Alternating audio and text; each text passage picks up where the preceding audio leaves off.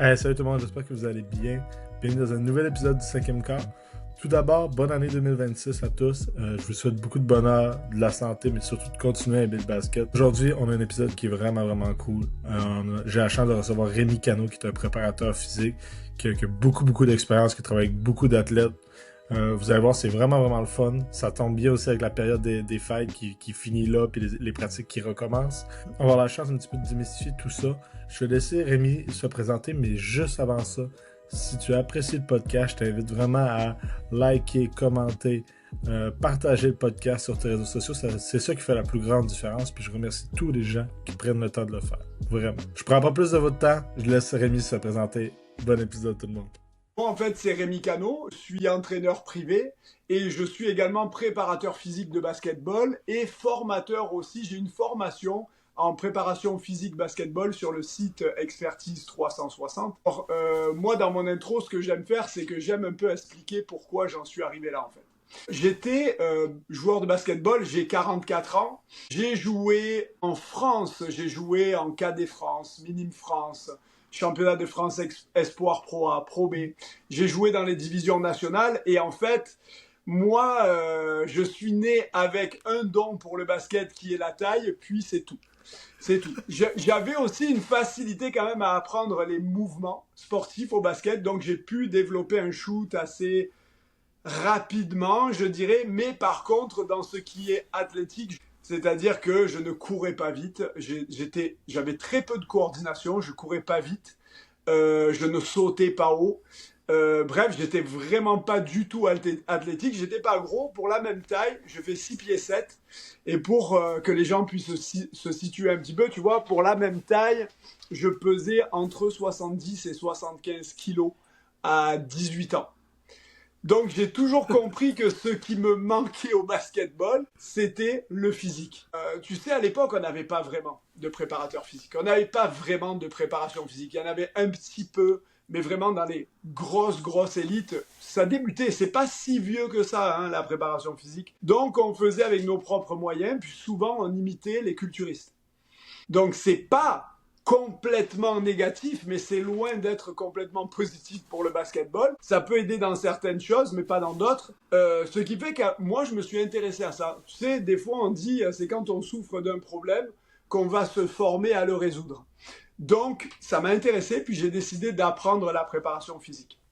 Je suis rentré en cours en France, c'était un brevet d'État à l'époque. C'était un brevet d'État, donc je suis allé passer mon brevet d'État des métiers de la forme à l'époque, et je me rappellerai toujours quand je suis rentré dans le bureau en fait du directeur, il te demandait pour savoir s'il allait te prendre à l'école, c'est quoi ton projet. Et j'avais seulement, je crois, 25 ans. Et je lui ai dit, je veux partir au Canada pour faire entraîneur privé et préparateur physique de basketball. Et j'ai réalisé quelques années plus tard qu'en fait, c'est exactement là où je m'étais rendu. Mais bref, donc j'ai passé ce premier diplôme-là, puis je suis arrivé au Canada, et petit à petit, j'avais préparé quelques athlètes en France, comme une joueuse de basketball de National 1, mais je faisais surtout, en arrivant au Canada, de l'entraînement privé. Puis là, j'ai commencé à me remettre un peu dans le monde du basket. Je suis arrivé à l'école Jeanne Mance, où j'ai commencé à faire de la préparation physique basketball. Et de fil en aiguille, j'ai travaillé fort pour ça, j'ai énormément appris, je suis allé à énormément de conférences, j'ai passé beaucoup de certifications, j'ai été dans des formations, bref, je me suis beaucoup investi là-dessus. Puis, je dirais pas ma notoriété, mais mon nom a commencé à circuler un peu. Ce qui fait que j'ai commencé à travailler dans plusieurs programmes. Il y a plusieurs athlètes qui se sont mis à me contacter pour travailler avec moi en privé. Des athlètes de NCAA, des athlètes professionnels qui partaient en Europe, bref, tout type d'athlètes. J'ai même eu des athlètes qui ont joué après dans la CEBL. J'ai eu un jour le papa d'Olivier Rioux. Pour les gens qui ne le connaissent pas, en fait, Olivier Rioux était un des plus grands adolescents, le plus grand adolescent du monde. Il est sur le Guinness Book. Son papa m'a contacté pour le prendre en charge au niveau de la préparation physique. Et on a travaillé ensemble grosso modo de 12 à 16 ans de façon intensive. Et après, quand il est parti aux États-Unis, tu sais, c'était vraiment quand il rentrait, c'est quand il en avait besoin. Et j'ai commencé à me faire connaître les athlètes de grande taille parce qu'en fait, quand j'ai travaillé avec lui, Le but, c'était de le protéger dans son développement et il n'a pas eu de blessure. Donc, Basketball Canada s'est mis en fait à me référer des athlètes de grande taille. Et en ce moment, j'entraîne aussi Jérémy Goyer, qui est un très grand jeune homme de 7 pieds 4 à 14 ans. Donc, c'est un petit peu comme ça que je me suis monté. Après, j'étais dans des programmes quand même majeurs, comme Dynasty Basketball.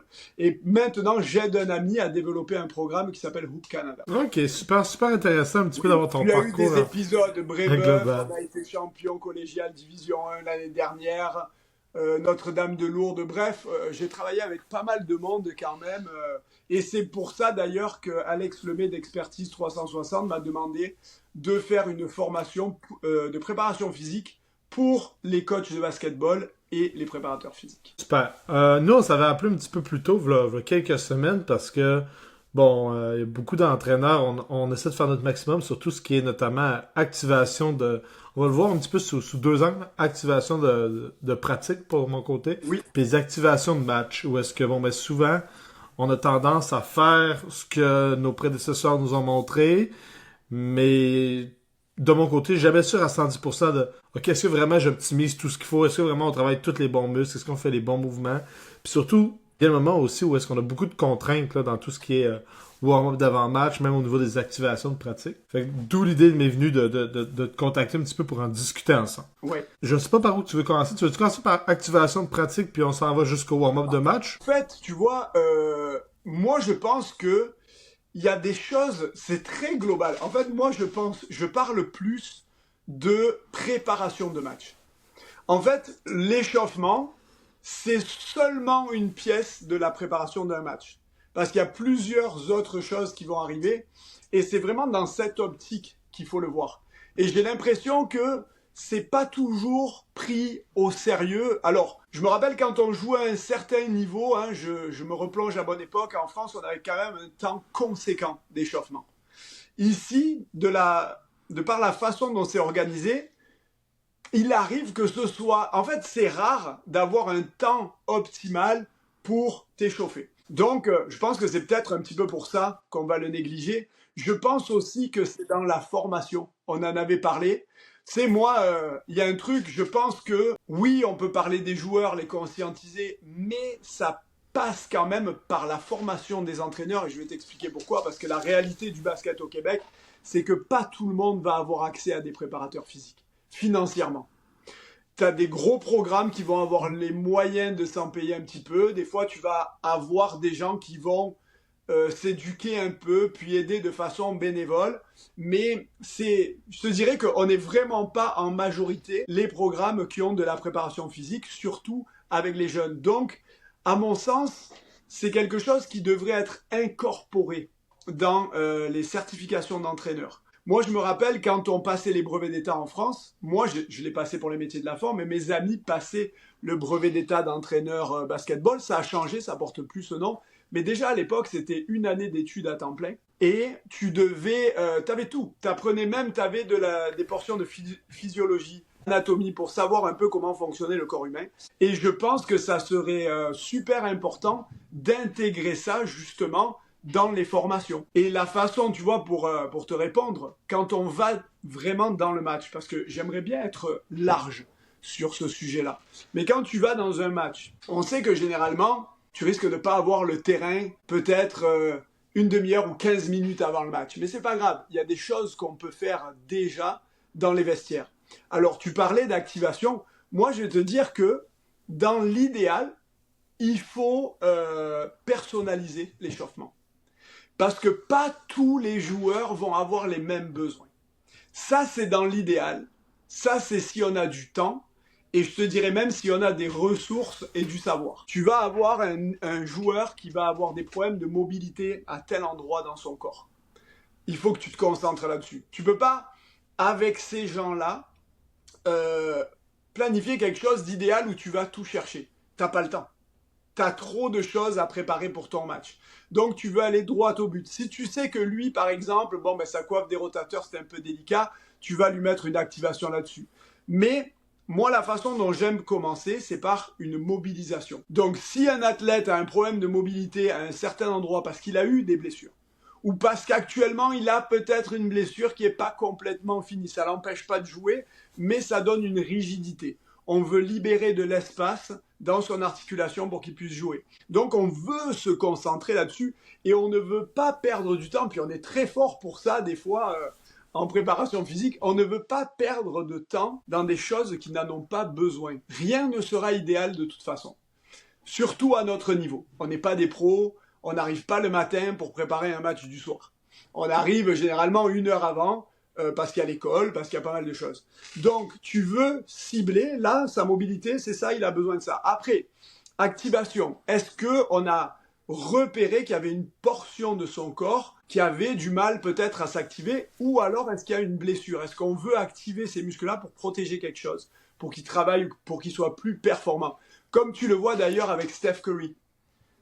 Souvent, il y a beaucoup de vidéos qui circulaient sur lui où tu voyais ses activations, ouverture de la hanche, travailler en rotation externe, ici et là. Donc, en fait, c'est exactement ça. Ça, c'est un idéal, comme je disais. Et c'est très difficile pour des gens dans des programmes de jeunes d'avoir un idéal. Donc, qu'est-ce qu'on va faire? On va se concentrer sur ce qu'on peut avoir. Donc, moi, je dirais, première partie, on n'est pas obligé d'avoir la salle. Tu peux déjà dans un vestiaire, dans un couloir, faire de la mobilisation. Alors, qu'est-ce que tu vas vouloir mobiliser? Les grands classiques au pied, au basket, pardon, tu veux mobiliser le pied, la cheville. Il te faut de la dorsiflexion, bref, il faut que ça bouge. Si, tu vois, on va parler d'entorse, il y a 2 composantes. Pour éviter les entorses, il faut que tu sois stable. Mais je ne sais pas aussi si tu as déjà vu les vidéos de LeBron James ou de joueurs qui se tournent la cheville, complètement là, qui se serrent la basket et qui finissent le match. C'est parce qu'il y a quand même aussi une certaine mobilité des structures au niveau de la cheville qui fait que ça ne déchire pas ou que ça déchire moins. Donc il y a ce facteur-là. Donc on va préparer le pied, la cheville, on va préparer les hanches, on va préparer les épaules, on va préparer la colonne thoracique surtout, c'est celle qui bouge le plus. Bref, on va préparer tout ce qui a besoin d'être mobilisé un peu pour le mouvement au basketball. Le tir, tu vas devoir lever ton bras, donc l'épaule est super importante. Quand tu as fini ça, tu peux pas y passer 30 000 ans. Donc il faut que ça aille vite.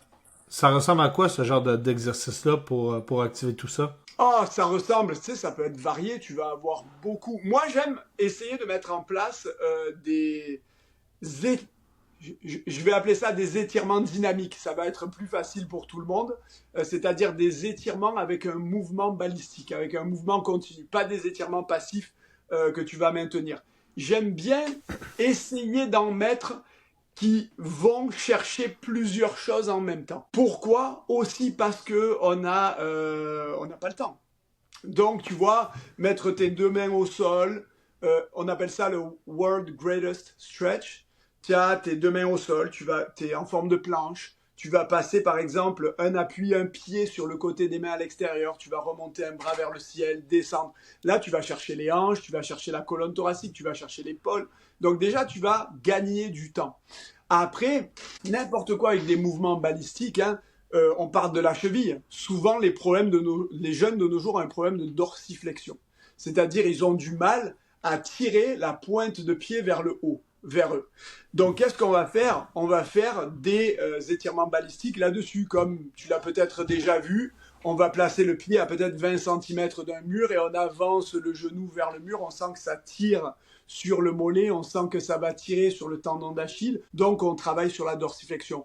Et bref, ça, tu vois, on peut en voir beaucoup. Ça serait possible même de faire des petites vidéos explicatives de ça, de donner vraiment des exercices de mobilité simples à faire, tu vois, qui pourraient être inclus dans une routine. Mais c'est ça. Okay.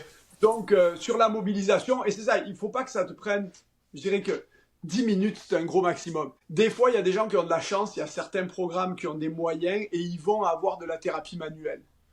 Des fois avant les matchs. Mais comme je te dis, ça prend déjà d'avoir le thérapeute qui va venir, par exemple, activer des trigger points. Tu vois, on en a parlé aussi quand on s'est appelé. Tu vas avoir l'utilisation des rouleaux. Et ce qui est drôle, c'est qu'un rouleau, ça va avoir bien souvent un but précis. Et des fois, quand les jeunes le passent, tu as l'impression qu'ils sont en train de faire de la pizza. Donc, ils le passent pour le passer. Mais si tu veux désactiver un trigger point, un point gâchette, ben, il y a une technique. Tu vas passer dessus avec une certaine intensité. Tu n'as pas besoin de passer tout le muscle. Tu te concentres sur le point gâchette, puis tu vas avoir des résultats par rapport à ça. On dit tu désactives, entre guillemets, un trigger point. Mais c'est ça. Après, tu vois, dans l'ordre, après la mobilisation, moi, je passerai sur de l'activation. Et c'est drôle parce que ça peut être très simple. Il n'y a pas beaucoup... tu n'es pas obligé d'avoir énormément de matériel pour ça. Tu peux le faire déjà premièrement en isométrie, activer des muscles en isométrie, c'est-à-dire tu sais, sur des contractions continues. C'est comme statique, comme mouvement, tu forces contre une résistance. Tu peux avoir des élastiques, des bandes élastiques pour ça. J'ai un vieux livre qui est ici, Gilles Cometti, Préparation physique basketball. Gilles Cometti, c'était un excellent préparateur physique dans les années 90 et début 2000 en France. Sorti des ouvrages, tu ouvres le livre aujourd'hui, tu te dis, en fait, on n'a rien appris. J'exagère, on a appris des choses, mais tu trouves déjà énormément de choses qu'on fait aujourd'hui et des choses simples, des trucs simplifiés. Par exemple, je voulais en parler par la suite. Quand tu vas mettre en place une activation, oui, tu vas penser à qu'est-ce qu'on veut activer pour la pratique du basket, c'est-à-dire qu'est-ce qui va être moteur, qu'est-ce qu'on veut qui fonctionne, la chaîne postérieure, bref, tout un tas de trucs. Mais il faut que tu penses aussi blessures. C'est quoi les blessures au basketball? Qu'est-ce qui va les empêcher? Donc, activer les muscles de ta cheville de telle façon va permettre de réveiller ces muscles-là et ça va faire en sorte qu'ils vont bien travailler pour protéger la cheville pendant le match. Donc, ça joue sur la performance et ça joue sur la prévention des blessures. On sait que, par exemple, pour un genou au basket, tu vas souvent avoir, malheureusement, des ruptures des ligaments croisés antérieurs du genou. Or, on sait que pour ça, activer les ischio-jambiers, c'est super important. Donc, tu veux passer du temps à activer tes ischio-jambiers. Et c'est drôle parce qu'on va pouvoir faire tout un tas d'exercices. Tu peux même être créatif. Mais je voyais que Cometti, déjà, il y a plus de 20 ans en arrière, il y a 30 ans en arrière, lui, il disait que c'était une méthode russe, hein, parce que c'était un peu nouveau, les activations. Mais il disait déjà à cette époque-là qu'au basketball, l'échauffement n'était pas bon et qu'il fallait passer sur des activations, puis il te montre tout simplement deux coéquipiers qui sont l'un avec l'autre. Tu en as un qui est couché sur le ventre et un qui va mettre une contraction de 10 secondes, c'est-à-dire celui qui est couché sur le ventre va plier sa jambe, l'autre va tirer dessus, puis il doit tenir 10 secondes pour activer ses ischio-jambiers. Donc on voyait déjà ça à l'époque et il y a tout. Tu n'es pas obligé d'avoir des moyens de fou pour préparer tes basketteurs. Moi, tu vois, quand j'en parle, j'ai souvent, j'ai l'exemple européen, parce que j'ai grandi en Europe pour le basket. Ici, on a l'exemple américain.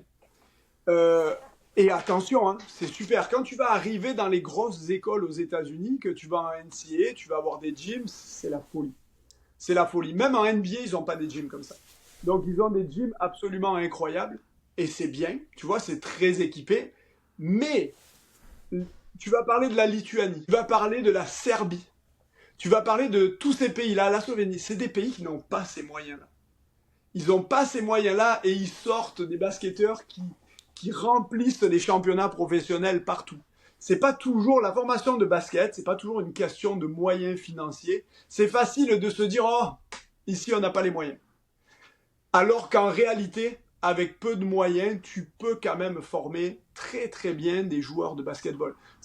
D'ailleurs, si les gens ont l'occasion, regardez le documentaire sur comment est-ce qu'on a formé Nowitzki en Allemagne. C'est un bijou. Il avait rien. D'ailleurs, tous les gars, quand il est arrivé en NBA, ils disaient, ce gars-là, il faisait des genres de step-up sur des marches d'escalier dans la salle, même en NBA quand il était avec son entraîneur allemand.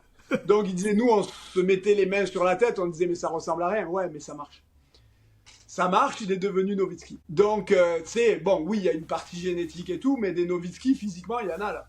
Par contre, lui s'est développé vraiment de façon intéressante avec ce type de moyens là.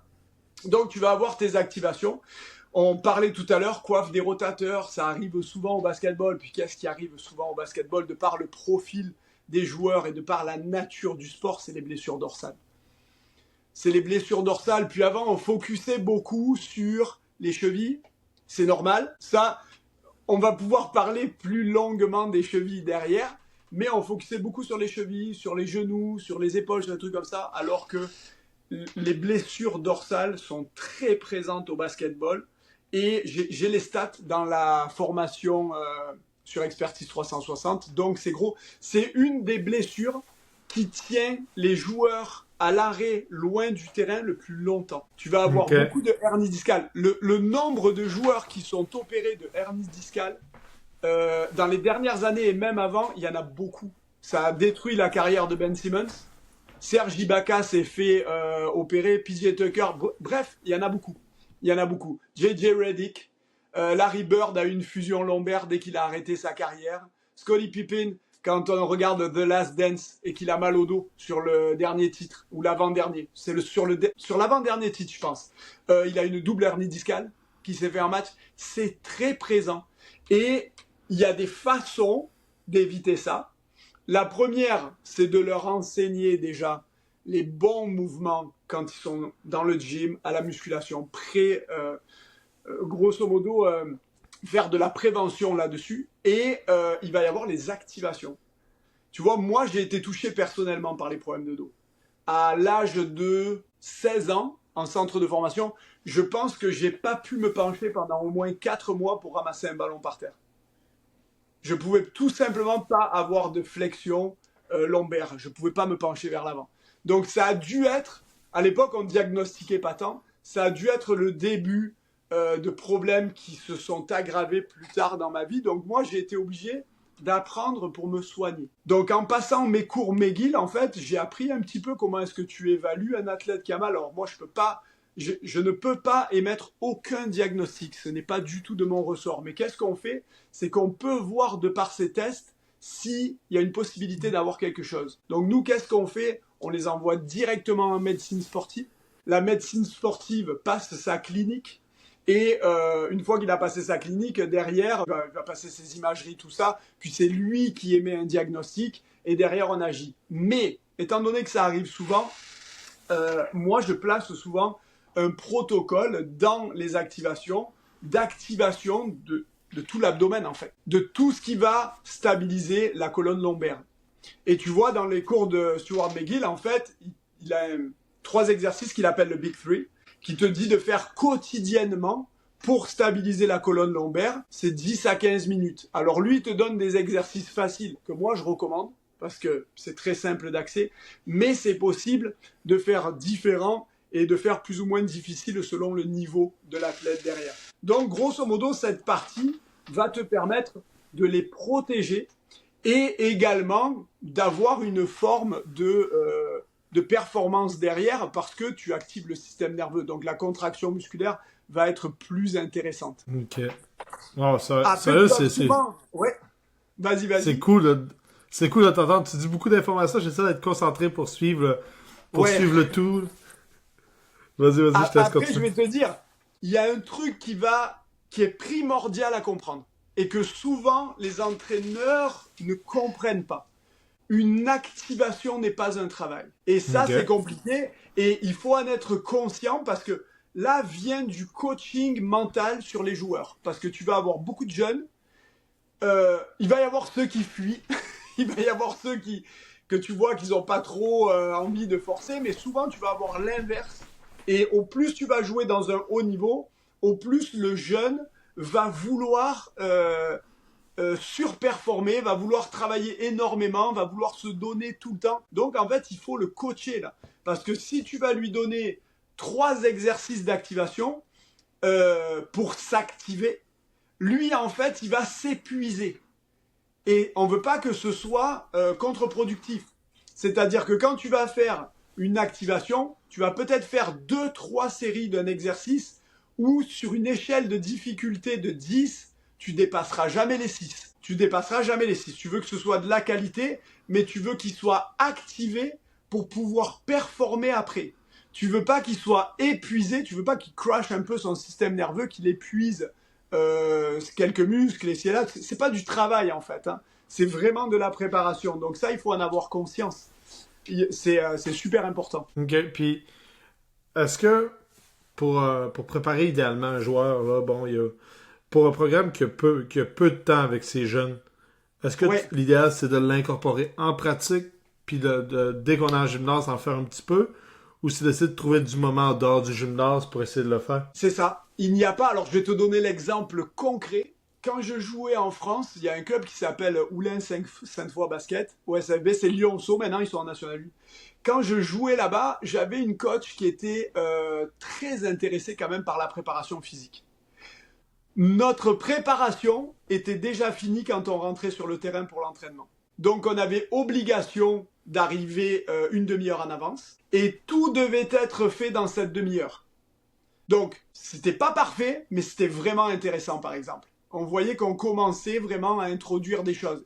Encore une fois, j'ai 44 ans, à l'époque j'avais 21 ans, la préparation physique c'était pas du tout ce que c'est aujourd'hui. Donc c'était déjà un peu avant-gardiste, je te dirais. Donc pour te répondre, moi selon moi on prépare un match et on prépare un entraînement de la même façon, parce qu'on veut les mêmes choses. On veut être performant sur cet entraînement, on ne veut pas se blesser sur cet entraînement. Donc, grosso modo, le warm-up devrait être à peu près le même. Mais c'est ça. Donc oui, ils peuvent se mettre ça en place. C'est-à-dire si, je vais prendre un exemple, si tu as les juvéniles, les cadets s'entraînent avant, tu donnes rendez-vous à ton équipe avant et tu commences à faire tous les trucs dont tu n'as pas besoin du terrain. Mobilisation, activation, tu rentres sur le terrain. Là, par contre, tu donnes un peu dans le cardio. Et là, ça nous amène au prochain point. Parce que je sais que souvent, en NBA, ils vont avoir tendance à faire des shootings avant tout ça. En Europe, quand tu joues à haut niveau, tu shootes le matin. Tu as ton shooting le matin. Donc, nous, c'est très compliqué. Avec les jeunes, c'est pas réaliste. C'est rare. Il va pas y avoir de séances de shooting, ça va être très rare, tant mieux s'il y en a. Mais comme on dit, on n'a pas full de temps avant. Et on n'aura pas le terrain avant les activations, tout ça. Donc, moi, ce que je verrais, c'est arriver à avoir mobilisation, activation. Derrière, si tu as le temps, il faut shooter. Et il faut shooter pas nécessairement toujours pendant que tu tournes. Tu vois, parce que pendant que tu tournes, tu vas vouloir agresser, aller au panier, bref, monter un petit peu sur la course, tout ça. Donc, juste le shoot avant le match, là, c'est psychologique. Tu veux te régler, tu veux te dire, ok, là, c'est bon, ça commence à rentrer, ça va rentrer pendant le match. C'est beaucoup dans la tête. L'athlète a besoin de ça. Et le sport de haut niveau, c'est de la psychologie. C'est énormément de psychologie. Et donc, on met un shooting en place. Et derrière, par contre, là, tu vas vouloir monter en régime. Il y a des erreurs qui se font. On en parlait une fois de plus, toi et moi. L'énergie, c'est pas quelque chose qui s'invente, c'est quelque chose qui se gère. Déjà, premièrement, tu manges bien, tu fais tout ce que tu as à faire. Tu as un potentiel énergétique. Ton potentiel énergétique, il doit durer toute la durée du match. Si tu te fous une charge avant le match, tu perds de l'énergie qui va peut-être te manquer dans ton match. Aussi, souvent, trop courir ne sert à rien. Tu sais, un effort continu. Des fois, on va dire, ah, vas-y, bam. Non, on a besoin d'accélération. Le basket, c'est un sport, j'allais dire, d'anaérobie lactique. C'est le terme le plus connu. C'est-à-dire, c'est de l'anaérobie. Souvent, tu vas faire un sprint, tu vas faire un saut. Et derrière, tu as un temps de récupération. Tu n'es pas tout le temps en activité au basket. Donc, c'est pour ça il faut garder ça en tête. Et tu veux te préparer pour ce que tu vas faire pendant le match. Il peut y avoir un peu de lactique derrière parce que tu vas en avoir. Des fois, tu vas avoir des phases pressing, fort sur la montée de balle. Tu presses encore quand tu es en défense dans ta partie de terrain. Tu fais une interception, contre-attaque. Bref, ça tourne, ça dure. Et si le match est intense, à la longue en plus, tu vas avoir une production de lactate, tout ça. Donc, tu peux les préparer un peu à ça, mais c'est pas l'aspect majeur du basket au niveau des filières. Donc, ça serait vraiment, tu vois, pour moi, un type idéal, c'est tu tournes, tu prends le ballon, boum, tu mets un sprint, tu agresses le cercle, tu reproduis des conditions de match et tu reviens tranquillement. Tu reviens tranquillement, tu leur places des appuis, tu les exposes. Et ça aussi, ça peut faire partie d'une forme d'activation, de reproduire un peu les appuis que tu vas avoir pendant ton match de basket, c'est-à-dire des appuis défensifs. Tu vois, backpedal, sprint, des trucs comme ça. Tu reproduis ce que tu vas voir, même des petits impacts. On n'en a pas parlé, mais dans l'activation, ce qui est intéressant aussi, par exemple, si tu vas toucher les chevilles, bien sûr, tu mets des exercices, tu peux mettre de l'isométrie et tout pour activer tes muscles, mais tu veux un peu préparer aussi ta cheville à ce qui va se passer pendant le match. Donc, avoir des impacts, quelques ankle hops, avoir des changements de direction sur un pied.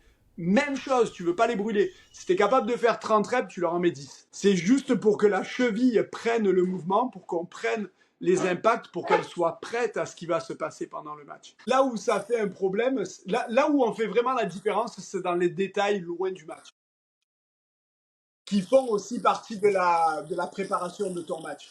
Tu vois, et c'est ce que je voulais dire tout à l'heure, c'est que on focus énormément, nous, sur le terrain, sur le court terme. Pas nous, j'allais dire les coachs.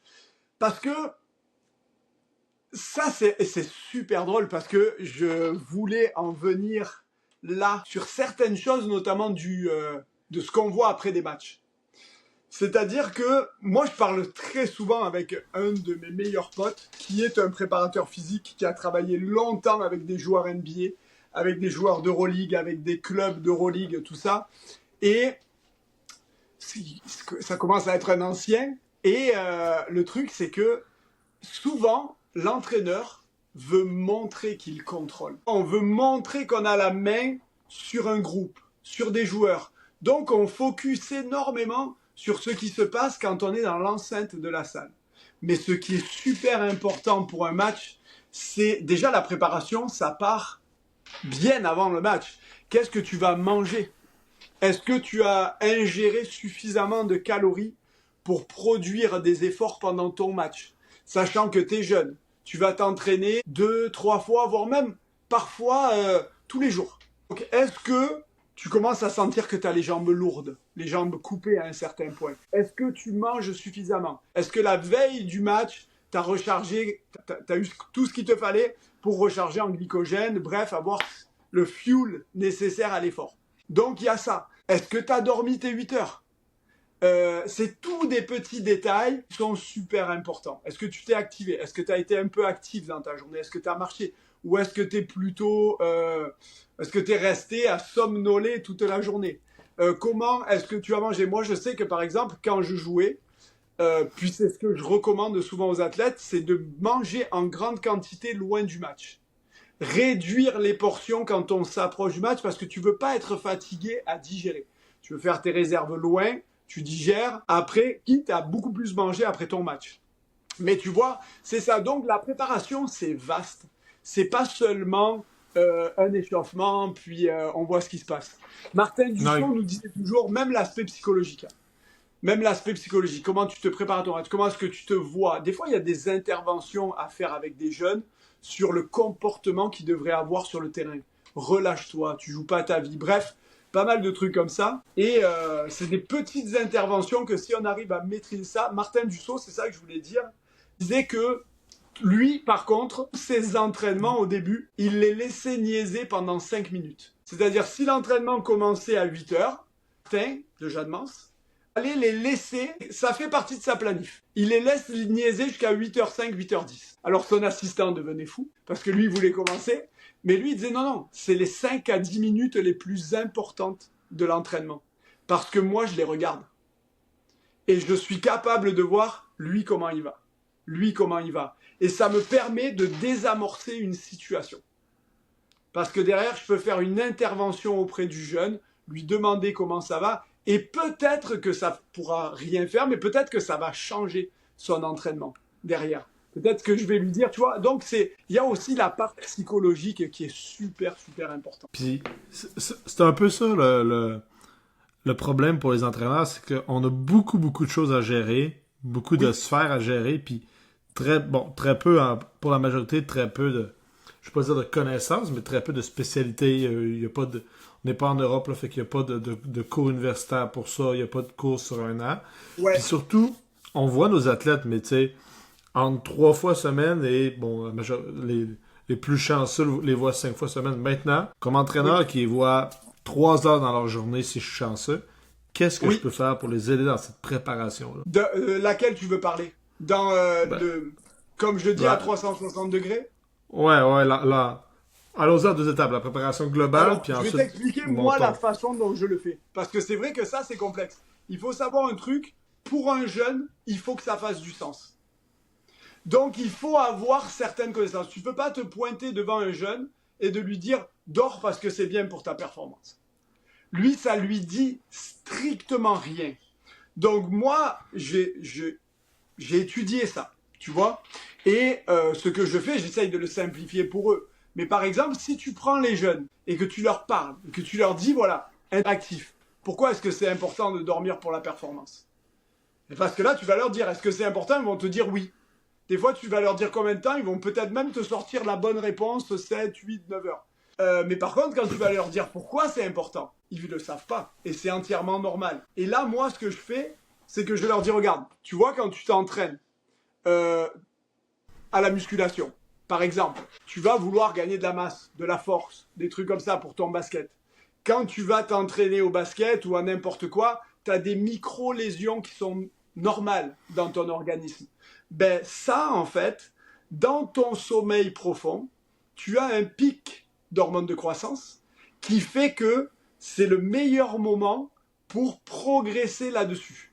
Tu vas construire de la masse musculaire grâce à ces périodes de sommeil profond. Et sommeil profond, moi, ma montre, quand elle me dit que j'en ai beaucoup, c'est 1h40. Et c'est quand je cours énormément que je prépare des choses, tu vois. Donc, ça, par contre, ça leur parle. Ils vont dire, ah ouais, au basket, là, j'ai travaillé fort, mon corps, il est un peu en catabolisme, c'est-à-dire, il est un peu, pas abîmé, mais je dirais, il a besoin que les tissus se régénèrent. Donc, quand je vais dormir en sommeil profond, ben, ça sera bénéfique parce que je vais mieux récupérer. Ma séance de muscu, ça sera bénéfique parce que mon corps va plus progresser. Donc ça leur parle. Tu vas leur dire, par exemple, tu vas faire tes skills. Tu es content d'apprendre des skills, des nouveaux mouvements, des choses comme ça. Même à l'école, tu vas travailler à l'école, tu vas apprendre des choses. Eh bien, en fait, ça se fixe. Tout ce qui est neurologique se fixe pendant le sommeil paradoxal. Donc là, vraiment, ils touchent du doigt pourquoi est-ce qu'ils vont avoir besoin de dormir. Et c'est super important de dire le pourquoi. L'alimentation, c'est simple. Mange tes protéines, à peu près quelle quantité, pourquoi? Parce que ça t'aide à reconstruire tes tissus, dont les muscles font partie. Pourquoi est-ce que tu veux manger suffisamment? Là, leur donner des outils simples pour qu'ils y aillent avec essais-erreurs. Moi, j'arrive des fois à les responsabiliser, pas tous. Mais de toute façon, c'est pas tous qui vont être assez motivés pour réussir. Mais si tu arrives à en responsabiliser 4-5 que tu fais progresser, tu as gagné. Moi, j'arrive à leur donner un site internet où ils peuvent évaluer approximativement le nombre de calories dont ils ont besoin par jour. Et après, ils voient, est-ce que je me sens bien? Je leur donne aussi les symptômes. Est-ce que tu es fatigué le matin quand tu te réveilles, même après une bonne nuit de sommeil? Ça peut être diverses choses, mais ça peut être un manque d'énergie que tu as ingéré. Parce que c'est des symptômes en perte de poids qu'on voit apparaître au bout de quelques semaines. Si la perte de poids est trop intense. Tu vois, il va y avoir, par exemple, des maux de tête. Est-ce que tu as des maux de tête fréquemment? Est-ce que tu as des crashs dans ta semaine? Par exemple, tu arrives au mercredi, au jeudi, boum, tu t'effondres. Est-ce que tu as des sensations de jambes coupées? Tu as l'impression que tes jambes sont vides, arrivé au match ou arrivé à un certain moment dans la semaine. Après, on a d'autres trucs. La température corporelle baisse aussi. Mais ça leur donne, ils comprennent vraiment là, c'est quoi l'importance de faire les choses. C'est quoi l'importance de manger? C'est quoi l'importance de dormir? Et là, ça leur parle plus, alors ils vont être capables de le faire. Il ne faut pas les décourager aussi. Quand on parle d'alimentation, on ne va pas parler de qualité à un jeune. Un peu. Ce que je veux dire par qualité, je veux dire que des fois, on en fait beaucoup. Tu sais, on va parler de nourriture biologique, de ci, de là, tous des trucs qui sont super chers, puis avec la hausse de tous les coûts dans la société, les parents ont déjà de la misère à boucler les fins de mois bien souvent, donc tu ne veux pas leur casser les pieds avec ça. Tu leur dis mange du riz, mange des patates, mange, je sais pas moi, du poulet, des trucs comme ça. Il faut que ce soit simple, super simple et accessible. Pas commencer à rentrer dans des suppléments, des trucs comme ça, mais ça leur parle. Ils voient que avec des outils simples, ils sont capables de faire quelque chose. Ça les décourage pas en fait, ça les encourage. Tu vois. Puis j'écoutais même nutritionniste de UCLA, elle a travaillé avec les Clippers aussi, puis elle disait clairement, arrêtez de nous parler de qualité avec les athlètes.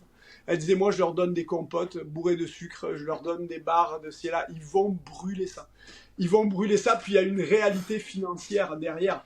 Moi je pousse quand même à manger des choses plus saines, plus de qualité. Mais la priorité avec les jeunes, c'est remplir la machine. Remplir la machine, sinon ça marchera pas. Ok, ça, c'est super intéressant. Puis comment je réussis à préparer aussi ma saison, surtout le plan physique, à les faire tenir la longue saison, à toujours les préparer dans mes pratiques, en activation. Si tu peux un peu m'expliquer les exemples, les exercices que tu utiliserais le plus et tout. Est-ce que tu veux dire toujours dans l'échauffement et tout, ou une planification pour développer l'athlète? C'est plus vas-y dans tes l'échauffement. échauffements. Ouais. Ouais, pour les échauffements, c'est ça. Moi, après, j'ai pas d'exercice. T'as pas besoin d'avoir vraiment une planification qui va évoluer dans l'échauffement. T'as des points que tu veux aller chercher, comme on disait. T'as des points que tu veux aller chercher, puis ça, tu vas le répéter, en fait, à chaque fois. Et ce qu'il y a de bien, c'est que si tu crées ton lien avec ton athlète, après, tu vas savoir ce dont il a besoin. Oh, lui, il s'est blessé à la cheville, il faut qu'il passe plus de temps là-dessus. Oh, lui, il a eu tel souci, il faut qu'il passe plus de temps là-dessus. Donc, ça va être plus par rapport à ça. Mais, je le répète, l'individualisation est un luxe qu'on ne peut pas toujours se payer dans la réalité des programmes de jeunes. Donc, essayez de toucher un petit peu à tout. Et finalement, on va savoir des choses. On va savoir souvent, un exemple tout bête, les jeunes passent leur journée assis à l'école. Donc, qu'est-ce qui va se passer quand ils sont assis? Leur chaîne postérieure, elle est complètement off. Donc, tu vas vouloir activer cette chaîne postérieure parce que tu vas te dire, je ne veux pas que mon athlète passe de rien toute la journée, de suite à devoir sprinter sur le terrain de basket. Ça fait pas de sens. Tu veux l'amener progressivement. Donc, c'est là que les activations deviennent très importantes. Il y a aussi, tu vois, on parle de la position assise. Quand tu es assis, ton disque intervertébral va se comprimer. Il va se ramollir, en quelque sorte, sur toute la journée. Et là, tu vas demander d'un coup à un athlète de se lever, de partir, courir, sauter, sprinter, changer de direction. Lui, il prend une volée, là. Parce qu'il est plus prêt à faire ça. Donc, tu veux vraiment stabiliser la sangle abdominale. McGill appelle ça super stiffness. Tu veux pas que ça bouge au niveau de la colonne lombaire. Surtout quand ils ont été blessés. Mais tu veux vraiment leur amener une stabilité là-dessus. Mais après, pour répondre à ta question, donc, la planif, ça reste la même. Tu n'es pas obligé d'énormément la faire évoluer. Après, en termes d'exercice, j'ai pas d'exercice préféré. En fait, ça va dépendre. Je sais qu'il y a beaucoup de choses à faire. Ça va dépendre du matériel déjà que l'équipe me donne à disposition. Tu me donnes un élastique, on va pouvoir travailler beaucoup de choses. On va pouvoir travailler la stabilité de l'épaule, on va pouvoir travailler la coiffe des rotateurs. On peut travailler quasiment tout déjà. Tu vas passer l'élastique autour de tes pieds, tu fais des side steps, tu vas travailler beaucoup de choses. Tu vas travailler le moyen fessier, tu vas activer le moyen fessier, tu vas activer le grand fessier. Tu travailles sur l'abduction, mais tu travailles aussi sur l'anti-rotation parce que l'élastique va vouloir tirer ton pied vers l'intérieur, mais toi, tu vas vouloir les garder bien parallèles. Donc, en marchant sur le côté avec l'élastique autour des pieds, pas autour des chevilles, autour du coup de pied, tu vas travailler aussi sur l'anti-rotation. Donc, c'est vraiment intéressant, mais tu peux créer, tu vois, on parlait du McGill Big 3 tout à l'heure, c'est super simple. Bon, c'est pas super simple quand même. Il va avoir 3 exercices. Il va en avoir un qu'il appelle le curl up. Ça, c'est spécifique pour des gens qui ont des douleurs dorsales. Donc, c'est pas personnellement ce que je mettrais dans un échauffement. Donc, tu peux mettre tout simplement des petits exercices à base de planches. Tu sais même aller toucher tes épaules, des trucs comme ça. Il va activer les obliques avec une planche latérale. Il va faire un bird dog. Tu sais, tu as à 4 pattes, tu vas lever une main, la jambe opposée, et c'est toujours en isométrie. Alors lui, sa méthode, il enseigne ça comme étant une méthode russe. Il a beaucoup travaillé avec Pavel Tsatsoulin, qui est une personnalité. C'est lui qui a relancé les méthodes de kettlebell en Russie, tout ça. C'est un homme très fort. Et en fait, ce qu'il met en activation, c'est super intéressant, parce que premièrement, il part du principe où, par exemple, tu vas faire une planche. Tu vas souvent pousser ton athlète à faire 45 secondes, 1 minute. À la fin, ça tremble partout. Lui part du principe où si ça tremble, tu ne travailles pas en stabilisation. C'est que tu es brûlé et le travail n'est plus efficace. Donc, qu'est-ce qu'il va faire? Il va travailler sur des portions de 10 secondes maximum. Tu vas monter ta planche sur le côté, sur les genoux, sur les pieds, selon la force de l'athlète. Tu montes ta planche sur le côté, tu restes 5 à 10 secondes, tu descends, tu poses 2 secondes. Tu remontes 5 à 10 secondes, tu descends. Et ainsi de suite. Ce qui fait que tu seras peut-être même capable de te faire 1 minute, mais à coup de 10 secondes de qualité. Et ce qu'il va faire, c'est que par exemple, tu vas avoir 6 répétitions à la première série, 4 à la deuxième, 2 à la troisième. Parce qu'il part du principe où tu fatigues et il veut pas que tu fatigues. Donc, c'est assez intéressant. Puis, grosso modo, donc c'est ça, hein, t'as pas vraiment à faire évoluer. En fait, ce qui va évoluer au fil des années, c'est le niveau de difficulté parce que tes athlètes seront plus forts. Puis, il y a un autre mythe un petit peu qui existe, là, on s'en avait parlé aussi au téléphone, mais c'est après les matchs, la phase de stretching. Ouais. Ça vaut-tu vraiment la peine? C'est-tu bien? C'est-tu pas bien? Alors moi, ça me fait rire. La phase de stretching, en fait. Alors, stretching passif. Moi, je suis compréhensif de ça. Tout le monde te répondrait non dans le métier, dans la préparation physique. Pas tout le monde, mais beaucoup de monde te dirait non, tu fais pas de passif de suite après le match. Pourquoi? Parce que c'est ce qu'on disait pour le sommeil. Quand tu vas t'entraîner, selon à quelle intensité, tu vas avoir des micro-lésions. Donc, les gens partaient du principe que si tu étires un muscle où il y a déjà des micro-lésions, tu risques de les endommager. Or, ce qui crée les courbatures, ce n'est pas le fameux acide lactique qui n'existe pas réellement. En fait, on en parlera après, c'est plus justement ces micro-lésions et surtout quand l'organisme est bien fait. Pourquoi les gens, quand ils commencent à s'entraîner, font des entraînements qui paraissent normaux, mais ils avaient arrêté pendant 2 mois. Le lendemain, ils sont comme des tables à repasser, ils ne peuvent pas bouger. Pourquoi est-ce que ça fait ça? Parce qu'en fait, ton système est intelligent. Ton corps est intelligent. Il voit qu'en fait, il y a des micro-lésions qui se sont créées. Ton système nerveux répond par un message d'alerte de douleur. Et c'est pas compliqué. C'est vraiment plus par rapport à ça. Et donc, de par ce principe, il disait « Ah non, on va attendre quelques heures avant de s'étirer. » Franchement, moi, je pense pareil. Je vais te dire un truc. Pendant longtemps aussi, on a dit « Faites pas d'étirement passif, ça marche pas. » Moi, les dernières années, j'étais quand même sceptique parce que je disais quand j'étais joueur et que je m'étirais de façon statique, je maintenais quand même une certaine souplesse. Je différencie de mobilité. Je maintenais une certaine souplesse, j'avais une mobilité intéressante. Et je me blessais pas plus. Parce que beaucoup, tu sais, pendant longtemps, on a dit, est-ce que en s'étirant, on prévient les blessures? La vérité, c'est qu'apparemment, non.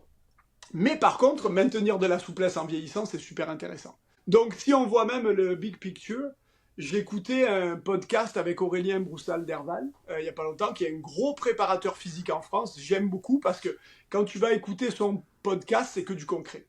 Il a des formations, tout ça. Et en fait, lui, il te disait, désolé, mais les dernières études ont montré que s'étirer, même passivement, ça peut t'amener des choses de positives. Ça peut t'amener des choses de positives, ne serait-ce qu'en vieillissant, maintenir ta souplesse. Donc, maintenir aussi une forme de mobilité, même si la mobilité, ce n'est pas que la souplesse. Donc, moi, je te dirais, idéalement, tu t'étires loin des matchs quand tu as un petit peu récupéré. Mais l'autre réalité, c'est quoi? C'est que les jeunes, ils vont pas le faire. Donc, tu vois, on dit aussi que s'étirer de façon raisonnable, gentle stretching, après tes matchs, ça ne fait pas de mal. Toujours est-il que, moi je dis qu'il y a un peu une contradiction parce que tu es super excité. Tu es surexcité après un match. Donc ton système nerveux, il marche, tu vois. Il n'est pas redescendu de son match. Donc est-ce que tu vas être capable de te relâcher suffisamment pour faire un stretching efficace?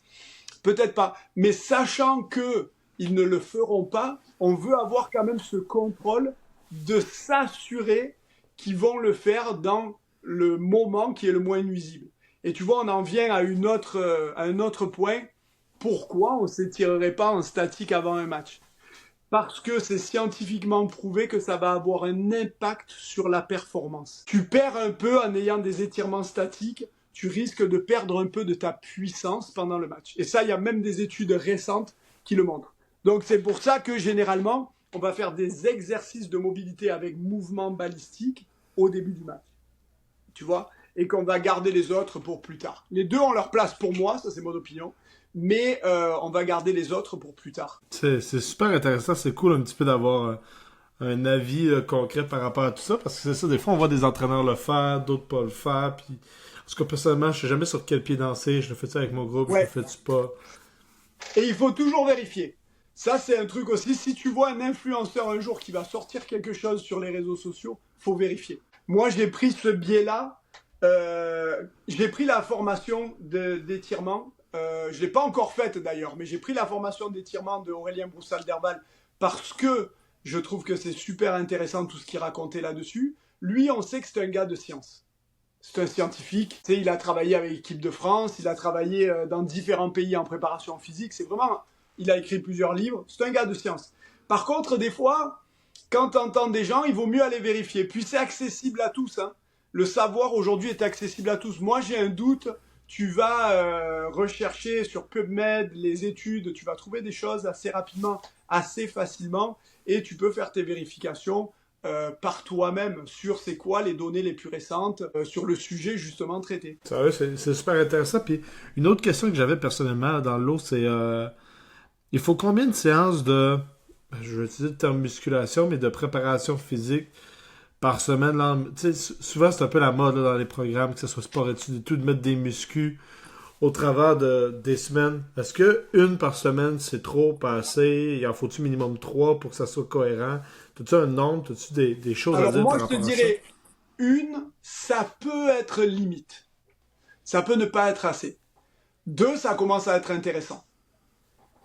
Pour moi, dans ma vision, dans les programmes qu'on connaît, 3 serait le maximum. Parce qu'il faut être réaliste. Ils vont à l'école. Ils étudient. Ça leur prend du temps. Ils étudient le soir. Est-ce qu'on est sûr qu'ils récupèrent bien? Qu'ils dorment bien? Est-ce qu'on est sûr qu'ils mangent bien? Il faut gérer aussi avec le type de coach qu'il y a dans l'équipe. On vit une mode de Mamba mentality mal interprétée où je dirais, moi j'étais... Tu sais, les histoires de Kobe Bryant qui s'entraînait 500 000 heures par jour, ça, moi, je rentre pas dedans du tout, là. Je rentre pas du tout dedans. Ça nous amène le surtravail au problème qu'on voit aujourd'hui, c'est-à-dire une routine de tendinopathie partout qui pousse tout le temps, des blessures à répétition sur des organismes de jeunes qui ne sont absolument pas prêts à prendre ce volume et cette intensité de travail. Donc il faut voir aussi, et même conseiller le coach. Et c'est là que, moi je trouve qu'on a fait quelque chose de bien avec Mike Chmielewski l'année dernière, c'est que Mike, il a adapté son volume de travail avec les jeunes. Parce que quand on s'est parlé, il me disait, mes joueurs sont pas forts, en fait ils font des bonnes saisons, mais ils s'effondrent dans les séries. Et ils sont pas durs, ils sont pas forts.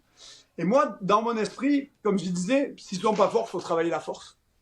Donc on va travailler là-dessus, mais il peut ne pas y avoir que ça.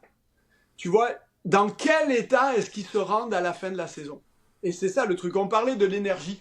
On disait que l'énergie, ça s'invente pas, ça se gère. C'est exactement ça. Et nous, ce qu'on a fait en termes de planification là-bas, c'est que on est arrivé, au début on a fait beaucoup de prehab, en fait on les a préparés pour la saison, on allait un peu sur la piste dehors. Après moi je les voyais 2 fois par semaine, mais je les voyais 1 fois par semaine. Mais le programme, généralement, c'était 3 fois par semaine. Et on a mis un cadre. Moi, j'avais le calendrier des matchs et les semaines d'entraînement correspondaient au calendrier des matchs. Moi, je veux rien 2 jours avant le match en termes de musculation, surtout si je mets une certaine intensité. Après, des gens me prennent pour un fou parce que depuis que je suis... Moi, j'utilise le système nord-américain. Ce qui fait que depuis que je suis à Dynasty, je mets des phases d'intensification dans la saison. Et tout le monde me dit, oh, tu mets des phases d'intensification? Oui, il faut que ce soit fort. Au basket, l'immense problème du basket actuellement, c'est qu'il n'y a plus de off-season. Mais pour moi, ce n'est pas un problème parce que j'ai appris à le dompter. Mais il n'y a plus de off-season. Donc, tu peux pas être dans un vieux format à te dire, oh, j'attends l'été et là, vraiment, on t'a travaillé fort, des trucs comme ça. Non, ils bossent autant l'été. Ils jouent tout le temps. Donc, tu prends ton calendrier. Quand est-ce qu'il n'y a pas de match? Là, il n'y a pas de match. OK, intensification. Et tu leur balances des semaines d'intensification où ils vont même prendre en force pendant la saison. Nous, on a les datas sur l'année dernière, hein, parce qu'on faisait des évaluations. Les gars, la majorité, alors attention, c'est pas tous qui peuvent tout le temps être en préparation physique. C'est très demandant d'être à l'école là-bas. Mais une grosse majorité, quand même, faisait le travail qu'ils avaient à faire. Et on a vu la force monter pendant la saison. Donc, ils se sont rendus à un niveau de force intéressant. Mais quand est arrivé le mois de janvier, fini. Maintenant, on prépare les playoffs.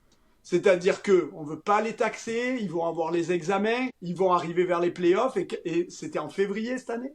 Donc, on s'est dit, à ce moment-là, qu'est-ce qu'on fait? On veut qu'ils soient bien pour arriver aux playoffs. On fait du maintien. Donc, on travaillait pour maintenir la force et la puissance. On va travailler sur un peu d'hypertrophie. Ça, j'ai trouvé que c'était génial.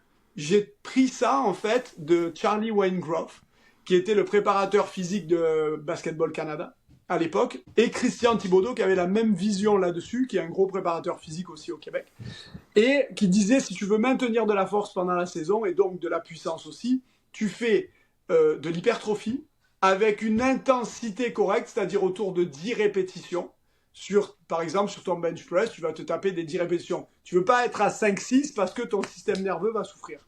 Donc, tu es autour de 10 répétitions et à côté de ça, tu fais des séances avec peu d'intensité, c'est-à-dire pas de charge, mais de la vélocité.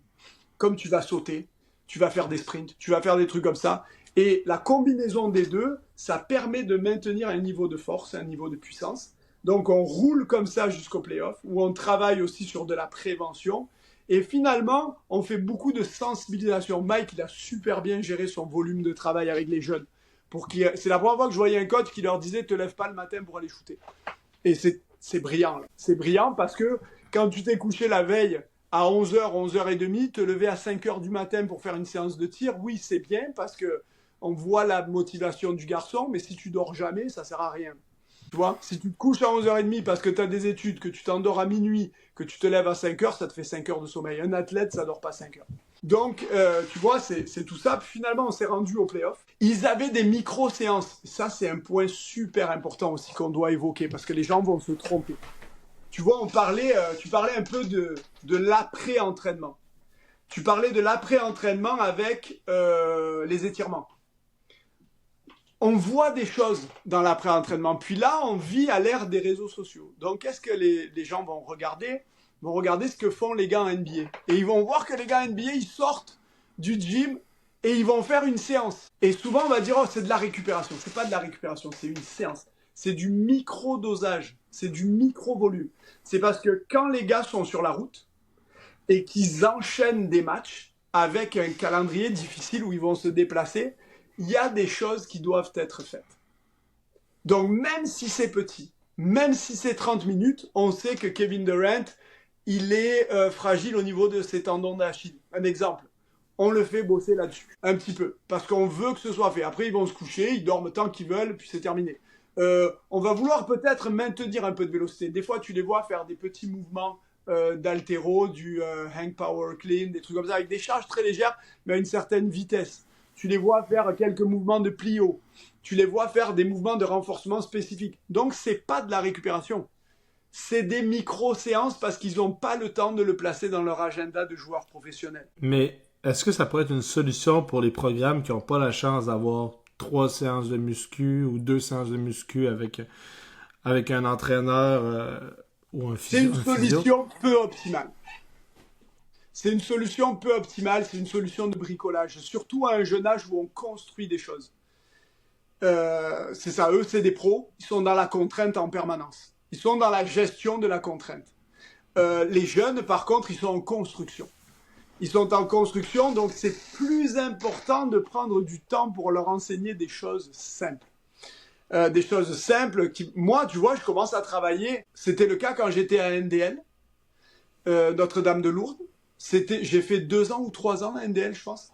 C'était le cas quand j'étais à Heritage High School. Ils ont une concentration basket. en fait, ce qui était génial, c'est qu'on les commençait dès qu'ils rentraient en secondaire 1 et ils apprenaient tous les mouvements de musculation. Les mouvements basiques, hein. On ne parle pas d'haltéro, de trucs comme ça. Les mouvements de musculation. C'est un cadeau en or. Parce qu'une fois qu'ils l'ont, avec la bonne technique par rapport à eux, ils vont garder ça toute leur vie. Et quand tu vas rentrer dans une planif avec un autre préparateur physique, tu sauves un temps fou parce que tu n'as quasiment pas d'adaptation à faire. Tu as un certain niveau. Mon ami dont je te parlais tout à l'heure, hein, je peux dire son nom, là, Seb Morin. Les gens peuvent le suivre sur les réseaux sociaux. Là, il poste des trucs qui sont très intéressants. En fait, un jour, je lui parlais parce que il me parlait justement de certains joueurs qui n'étaient pas nécessairement à lui, mais qui étaient qui étaient professionnels et que finalement, quand tu les évaluais, ils n'étaient pas capables de faire un squat proprement, ils n'étaient pas capables de faire tout ça. Et lui, il trouvait ça fou. Et moi, tu sais, il y a un mouvement qui s'appelle le overhead squat, qui est quand même assez difficile, où tu vas mettre une barre au-dessus de la tête et tu descends en squat. Et c'est un test de ce qu'on appelle le FMS. FMS, c'est des tests pour évaluer la mobilité des gens. Et je riais parce que j'étais avec lui et j'y ai fait un FaceTime. J'ai pris un kid au hasard de 13 ans, j'ai dit fais-moi, j'ai dit monte, exactement comme ça là. J'ai dit monte le ballon au-dessus de ta tête et fais un squat. Il savait même pas ce que c'était, il l'avait jamais fait. Il a sorti ça, nickel. L'autre, il regardait, il disait mais c'est pas possible. Mais en fait, c'est ça tout l'avantage et c'est ce qui fait que moi, j'adore travailler avec les jeunes en préparation physique parce que tu leur mets de l'or dans les mains. Tu sais, tu gères pas vraiment d'ego. Tu fais un cadeau à un jeune, tu construis un gamin. Et comme je te dis, une fois qu'il a, tu vas lui enseigner le sprint. Comment est-ce que tu démarres? C'est être incliné, courir de telle façon, c'est quoi la phase d'accélération? Tu vas lui enseigner la position défensive. Pour moi, c'est les préparateurs physiques qui devraient faire ça. Parce qu'on sait comment le corps fonctionne. Tu lui montres la position défensive. Comment, tu sais, le fameux X. On voyait souvent, Michael Jordan a été pris un exemple là. Ils font un X, tu vois, ça passe par ses épaules, ses genoux, ses chevilles. Parce que souvent, on va dire écarte tes genoux, écarte tes pieds, c'est faux. Les genoux, il faut qu'ils soient un peu à l'intérieur quand tu défends. Parce que tu vas pousser latéralement. Tu ne pousses pas vers le haut. Donc, quand tu places toutes ces choses-là, un T-step pour accélérer à un moment donné, pour changer de direction, bref, tu leur montres comment passer d'un back pedal à un sprint de face et inversement. Une fois qu'ils ont tout ça et qu'ils savent un peu squatter, qu'ils savent un peu faire des lunges, qu'ils savent un peu faire des push-ups. Push-ups, c'est très compliqué. Les gens ne réalisent pas là, mais moi, j'estime que j'ai 98 jeunes sur 100 qui ne savent pas faire un push-up quand ils arrivent en face de moi. Et je peux même dire peut-être 90 adultes sur 100 qui ne savent pas vraiment faire un bon push-up. Donc, une fois qu'ils ont tout appris ça, une fois qu'ils savent le faire par rapport à leur morphotype, c'est un cadeau incroyable. Et c'est des jeunes qui vont bouger beaucoup mieux. Donc, tu vois, c'est toute cette globalité après qu'il faut développer avec eux. Je trouve ça tellement incroyable, tellement passionnant t'entendre parler, mais c'est là qu'on voit aussi qu'il y a beaucoup, beaucoup, beaucoup de stock à voir. J'aimerais ça terminer avec, si tu aurais 3 trucs à dire pour aider les entraîneurs de manière il y avait aussi le un plus truc simple important. possible. Il y avait aussi un truc important, c'était le fameux, on le voit de moins en moins, la fameuse course après les entraînements, après les matchs. Ça va dans ce qu'on te disait d'avoir envie, de ce que je te disais, d'avoir envie de montrer un certain contrôle sur le groupe et sur les jeunes. Mon opinion, je le ferai pas. C'est la fin du match. Moi, ce que je ferais, c'est de la relaxation. Parce que je crois beaucoup plus en ça. Des exercices de respiration. Parce que un match, un entraînement, c'est un stress. Or, tu veux faire baisser le stress après le match. Passer à autre chose. Descendre. Des exercices de relaxation. Après, lâchez-leur la grappe. Ils ont joué un match. Ils sont dans leurs émotions. Certains n'ont pas joué. Ils sont pas contents. Certains sont complètement crevés. Tu vas les faire. Alors, le prétexte avant, c'était à l'époque où on parlait d'acide lactique. On n'en parle plus. Allez, je vais expliquer pourquoi je parle de l'acide lactique juste après ça. Parce qu'on disait, on les fait courir pour éliminer l'acide lactique. C'est pas complètement juste. C'est pas complètement faux. Pardon, c'est pas complètement faux, mais c'est pas juste. Parce qu'en fait, quand tu vas produire ce fameux acide lactique, en fait, le résultat que tu vas avoir, c'est du lactate. Le lactate est réutilisé comme substrat énergétique par ton corps. On va prendre un jogging. Tu vas courir rapidement. À un moment donné, tu sens que tu n'es plus capable de continuer à cette vitesse-là. tu vas produire du lactate. Quand tu baisses de régime et qu'il y a de l'oxygène qui rentre de façon intéressante dans ton corps, tu vas utiliser ce lactate encore comme substrat énergétique. Ton corps l'élimine par lui-même. Et après un match, ils ont fait des biopsies. Moi, j'ai eu une chance immense, c'est qu'en formation, j'ai eu la personne qui a coécrit le livre « La Bible de la préparation physique » chez Amphora. C'est un scientifique, il a travaillé avec Paul Pogba de l'équipe de France de football. Il a écrit plus de 90 articles scientifiques. Et lui, en 2009, il nous disait « l'acide lactique dans un corps, il n'y en a pas ». Donc t'imagines la claque. Nous, on sortait du brevet d'état des métiers de la forme où on nous avait assommé avec ça. Puis lui, il nous dit ça n'existe pas. Il dit à partir du moment où il y a mouvement, il y a production de lactate, par contre. Et donc, il nous avait parlé déjà en 2009, nous dire qu'il y avait des biopsies qui montraient que 2 heures après un match, t'as plus d'acide lactique dans un corps. Par contre, quand tu vas produire du lactate, tu produis aussi des ions H+. Et ça va donner une acidose métabolique. Mais elle aussi, elle va descendre rapidement dans un match. C'est question de quelques dizaines de minutes. Donc, laisse juste les jeunes. Et moi, ce qui me fait rire, c'est que bien souvent, on va focuser sur ce qu'on voit, alors que ce qui est plus important, c'est ce qu'on ne voit pas. C'est-à-dire que ça, c'était le propre en France. Tu allais avoir des équipes, tu les faisais courir après le match, et là, les gens allaient dire « Oh, t'as vu, hein, c'est bien ce qu'il fait. Hein. Même après le match, il reste là. » Puis, bref, ça jasait. Après, il monte dans le bus. Sur le chemin du retour, il s'arrête au McDonald's, parce que les budgets autorisent un budget McDonald's et pas un budget de bon restaurant. Donc, les gars, McDonald's, hein, vous avez 35 $ chacun, let's go. Et ils mangeaient au McDonald's, ils rentrent chez eux, c'est minuit, 1h du matin, et ils vont en boîte de nuit boire des canons. Ils se couchent à 3h30, 4h. Donc ton jogging sur le terrain, il a servi à rien du tout. À rien. À les fatiguer plus. Tu vois, c'est ça en fait. Donc c'est plus, même pour la fin du match, c'est géré. Bois bien, hydrate-toi bien, bois de l'eau, pas des bières. Bois de l'eau après ton match, c'est sûr que le psychologique, bon, il a le droit de boire une bière. Hein. Mais surtout, bois ton eau, alimente-toi bien et dors. C'est ça la récupération. La récupération, c'est ça. Le lendemain, bon, si tu veux, fais-toi ton stretching. Et un point aussi sur le stretching, c'est que si ton corps est habitué à le faire parce que tu le fais depuis que tu es tout jeune, il a développé une relation avec ça. Donc, tu vois, il a développé l'habitude que tu l'étires ici et là. Donc, et moi, j'y vois aucun inconvénient. Tu peux continuer avec ça sans souci. Super. Un petit peu comme je te disais, si on peut terminer avec 3 petits conseils là, rapides pour pouvoir aider le plus possible les entraîneurs, ça serait quoi? 3 conseils rapides d'inclure, c'est ça en fait, hein, de ne plus voir l'échauffement juste comme je tourne puis je fais des lay-ups. C'est vraiment d'incorporer vraiment cette partie mobilisation, cette partie activation. Moi, je mettrais plus l'accent sur l'activation et d'être plus concis dans ce qu'ils expliquent aux jeunes. Pourquoi est-ce que le 3e point, c'est ça? On fait quelque chose, pourquoi est-ce qu'on le fait? Et ça, c'est valable pour tout. C'est valable pour les échauffements, mais c'est valable pour tout le reste. Un exemple tout bête, Olivier Rioux. Olivier Rioux, il faut savoir que c'est un garçon très intelligent. Et c'est un garçon très cérébral. Et ça me fait rire parce que moi, j'ai pris l'habitude en travaillant avec lui depuis tout jeune de savoir comment il fonctionne. Mais étant donné que je suis assez méticuleux, je suis capable de répondre énormément à ces questions. Mais j'ai connu un entraîneur qui me disait, il avait donné une séance, quelqu'un de très proche de moi que je ne citerai pas, qui avait donné une séance et qui disait, oh, par contre, Oli, il est cérébral, il pose tout le temps des questions.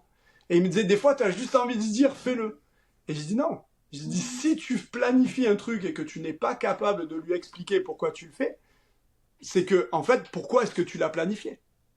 C'était quoi le but derrière? Tu vois, si toi-même, t'es pas capable de lui répondre, c'est que tu sais pas pourquoi tu l'as planifié. Donc, tu vois, c'est ça. Et c'est de savoir des fois, et on est un peu dupé par tout ce qu'on voit sur Internet. C'est-à-dire que les entraîneurs sont tentés. Moi, tu vas rire là. J'en parlais d'ailleurs une fois avec Christian Thibaudeau, et il avait la même opinion que moi. Moi, tu vois mes entraînements, tu te fais chier là. Si tu as l'habitude d'aller sur Instagram, TikTok, et si et là, tu vas t'ennuyer là. Moi, c'est des exercices Il n'y a pas tant de variété que ça, mais je sais exactement pourquoi ils sont là et je sais exactement pourquoi je les planifie. Il y a aussi, je les maîtrise. Donc, je sais ce qu'ils donnent. Et moi, des fois, il y a des gens qui viennent me voir en me disant « Ah, j'ai vu un tel, qu'est-ce qu'il a progressé physiquement? T'as fait quoi avec lui ?» Je dis « T'es prêt parce que tu vas t'ennuyer. » Mais c'est juste de la planification, de l'intensité, mais c'est pas sexy du tout. Et des fois, les entraîneurs vont voir un truc sexy et ils vont dire oh, « Ça, c'est cool, hein. Il va falloir que je l'intègre dans mes entraînements. » Mais des fois, non. Des fois, et on va te poser une question « Pourquoi est-ce que tu as mis cet exercice ?» La réponse serait parce que je l'ai vu sur Instagram. Mais en réalité, physiquement, tu ne sais pas pourquoi tu as mis cet exercice en place. Donc, reste simple dans ce que tu maîtrises et il faut que tu sois capable d'expliquer pourquoi est-ce que tu as mis les choses en place. Super. Je te remercie beaucoup pour ton temps, pour nous avoir aidé un petit peu à démystifier tout ce côté-là, de la préparation, de l'entraînement, puis on va dire de l'après-match. Merci beaucoup pour ton temps. Si tu veux un petit peu parler de ton programme. De ma formation, tu veux dire? Ouais, c'est ça, excuse-moi. Alors, la formation, puis il faut savoir un truc, c'est que, alors c'est un scoop, parce qu'on ne l'a pas encore trop dévoilé, mais il va y avoir d'autres formations en collaboration avec Expertise 360, je ne peux pas encore dire sous quel format et lesquels, mais cette formation, en fait, elle s'appelle Formation Préparation Physique Basketball Avancée, et dedans, moi, je l'ai tournée pour qu'elle soit accessible à tout le monde. C'est-à-dire que des préparateurs physiques ou tout simplement des entraîneurs privés, tu sais, des gens comme ça qui ont des bases en entraînement mais qui ne connaissent pas vraiment tout autour du basket, c'est bon pour eux. Parce qu'en fait, je leur partage un peu les expériences du basket, c'est quoi les points spéciaux que tu as à travailler sur le basketball, mais je l'ai aussi beaucoup orienté justement pour les coachs de basket. Que les coachs de basket soient capables de la comprendre, en fait, et de mettre quelque chose en place pour leur équipe dès le lendemain, dès qu'ils finissent la certification. Donc, je parle des types morphologiques. Et d'ailleurs, si tu veux, on pourra faire un autre podcast sur l'adaptation de l'entraînement au type morphologique. Tu n'entraînes pas deux basketteurs de la même façon, selon leur corps. Donc, comment reconnaître certains types morphologiques? Quels sont l'adaptation des exercices de musculation pour eux, les exercices que tu vas faire dans le gym. On va parler aussi de planification, on reparle d'échauffement un peu plus en profondeur. On va parler de planification sur la préparation physique, de prévention de blessures, c'est quoi les blessures les plus courantes. On va parler du développement de la vitesse, développement de la puissance, les filières énergétiques au basket, bref, pas mal de choses, mais qui sont accessibles à tous, qui vont faire que tu vas pouvoir donner un entraînement assez efficace sans dépenser des budgets de fou. Même en termes de matériel. On donne aussi les évaluations de la condition physique. Alors on sépare évaluation combine, c'est-à-dire pour identifier un athlète, et évaluation de la condition physique de l'athlète pour savoir qu'est-ce qu'il a à travailler. Et bien sûr, étant donné qu'on n'a pas des moyens de fou, ça c'est la même chose. Sur les réseaux sociaux, tu vois des gens qui travaillent avec des plaques de force, mais c'est un pourcentage infime. Moi, je connais des gens qui ont ça au Québec.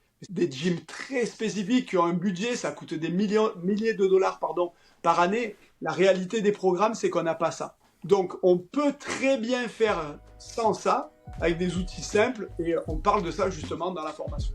Donc, c'est sur expertise360.com. C'est super, je te remercie énormément pour tout, Rémi. C'est moi qui te remercie, et à bientôt. C'est déjà la fin de l'épisode. Je te remercie beaucoup pour ton écoute. Je remercie aussi Rémi d'avoir été là pour l'épisode. C'est un épisode qui était vraiment, vraiment cool. Si jamais tu as apprécié l'épisode, je t'invite fortement à liker, commenter, partager sur tes réseaux sociaux le podcast. C'est ça qui m'aide le plus. C'est ça qui permet au podcast de grandir au maximum. Si jamais tu as des idées de sujets, n'hésite pas aussi à m'écrire. Là. Il y a plein de personnes qui prennent le temps de m'écrire pour me dire « Ah, ça c'était cool, tu pourrais parler de tel sujet. » C'est tellement apprécié quand vous faites ça, puis ça me motive juste à continuer. Merci beaucoup tout le monde. Bonne année 2026. On se revoit bientôt. Salut!